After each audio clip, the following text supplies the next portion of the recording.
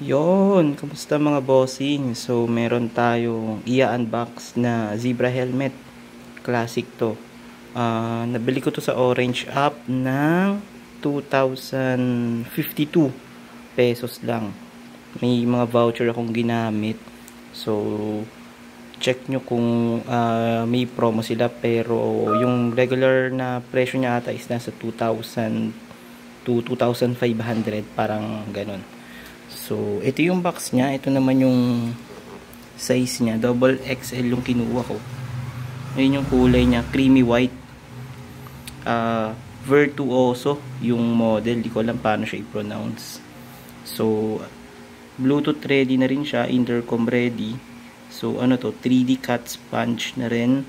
Removable yung mga liner niya. Kulay brown. Tsaka medyo leather type na madulas. Mamaya, papakita ko sa inyo. Multi-layer protection and antimicrobial din yung technology ng liner niya. Coolmax. Hindi ko alam ano meaning nun, pero nung tinignan ko siya, parang madali siyang linisin kasi hindi siya katulad ng mga parang gamusa type. Na-unbox ko na to, nalagyan ko na rin to ng action cam holder. So ito yung actual na ano niya, na box niya. And ang kasama pala niya, meron siyang smoke lens, clear lens, tsaka meron din siyang free t-shirt.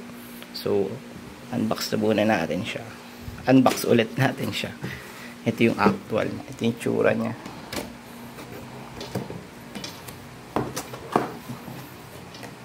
Ayan. So, ito yung tsura niya. Meron siyang kasamang helmet na helmet bag. So, ito yung kulay niya. Ayan. Naganda ng pagka-white niya. Creamy white siya. Hindi kasama yung pusa. Yan. So, ito yung pinakaharap niya. Hindi masyadong malaki yung ano niya, yung salamin niya, yung di katulad ng mga Rook helmet, pero ayan. So, leather type rin siya. Hindi ko alam ano tawag dito. Yan, meron din siyang parang kulay itim dyan. Wind protection ba yan? Tapos, ito yung side niya, itsura niya. Sa likod naman, eto siya. Virtuoso. So, ayan. Yung certification niya. Ayan, Zebra helmet. Yung ilalim niya naman, ito yung itsura. So, ang ganda rin. Sobrang premium.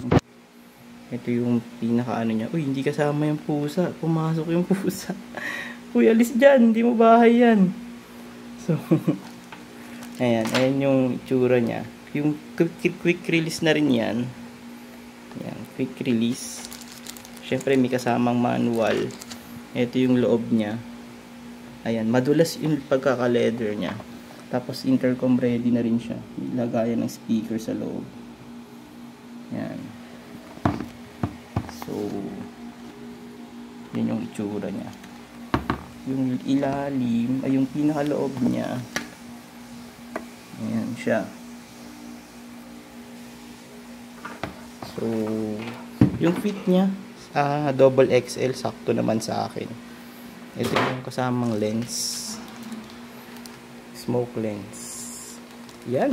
So, bigyan ko na lang kayo ng update kung kamusta ba yung performance nitong helmet na to. Sobrang mura nating nakuha sa Orange app. Yun lang, ride safe.